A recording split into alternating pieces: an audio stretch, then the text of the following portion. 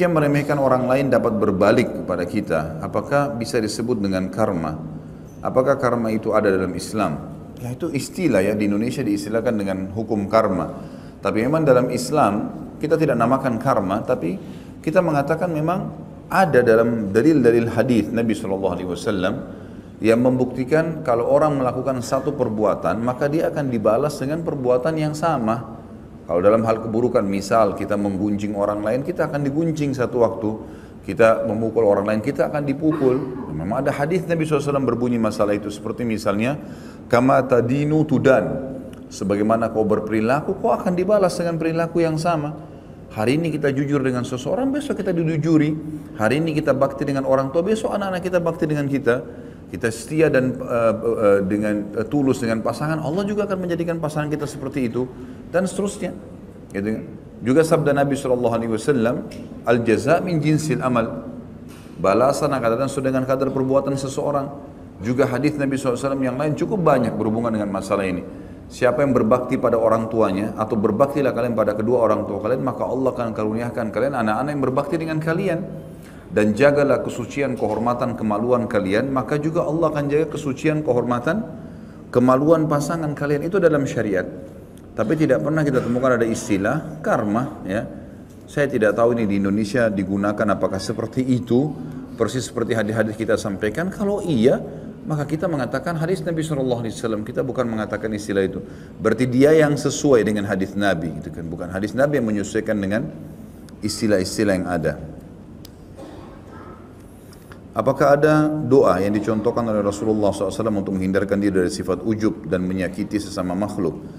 Tentu saja secara khusus lafaz saya sekarang tidak teringat terus terang. Tetapi kita dianjurkan untuk memohon kepada Allah SWT agar dihilangkan dari sifat sombong, ya, sifat merendahkan orang lain. Seperti tadi saya katakan sifat syamata yang membuat ada doa Nabi SAW agar dilindungi dari syamatatil a'da, dari kesombongan yang diarahkan kepada musuh sehingga musuh mengalahkan kita dan seterusnya, gitu kan.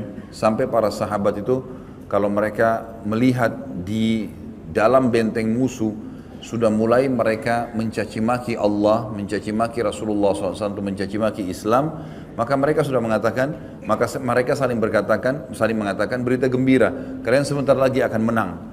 Karena mereka sudah mencaci maki Allah, mencaci maki Rasulullah, berarti akan ada respon yang sama, balasan dari Sang Pencipta Allah.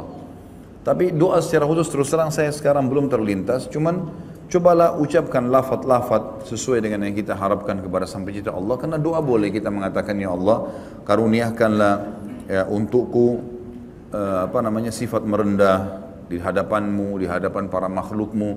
Kemudian ya, hilangkanlah semua dari hatiku sifat sombong, sifat berbangga-bangga, ria, dan seterusnya. Kita memohon kepada Allah SWT itu. Bagaimana kiat-kiat untuk mengatasi sifat ujub dan sombong?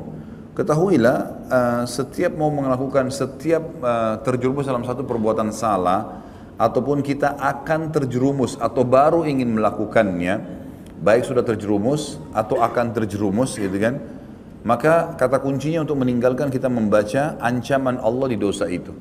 Seperti masalah sombong. Apa sih ancaman Allah? Oh ternyata kata Nabi SAW, sombong itu siapapun dalam hatinya ada seperti biji sawi dari kesombongan tidak akan mencium bau surga.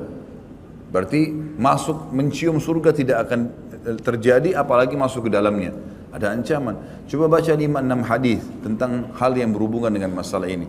Sama dengan ujub. Ujub itu membangga-banggakan amal, bisa menghancurkan amal pahala. Lalu untuk apa kita sholat malam teman-teman sekalian? Untuk apa kita sedekah? Untuk apa baca Quran kalau kita hanya untuk berbangga-bangga di hadapan manusia? Apa yang kita dapatkan? Pujian dia yang sepanjang lidahnya? Oh kamu hebat ya? Oh kamu soleh ya? Oh kamu soleha ya? Kamu kaya ya?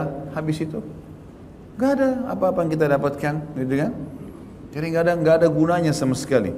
Sampai sebagian ulama salaf mengatakan, jadikanlah dirimu terkenal di langit, maka seluruh di bumi akan mengenalmu. Dan janganlah kamu jadikan dirimu terkenal di dunia dan kamu asing di langit sehingga akhirnya kamu akan terasingkan di dunia.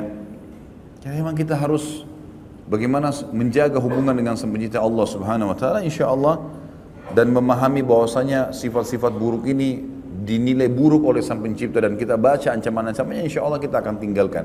Sama dengan orang kalau berzina, orang bohong atau apa saja, baca ancaman Allah di dosa itu insya Allah kita akan tinggalkan. Karena wahyu berbicara dengan hati manusia. Allahu a'lam.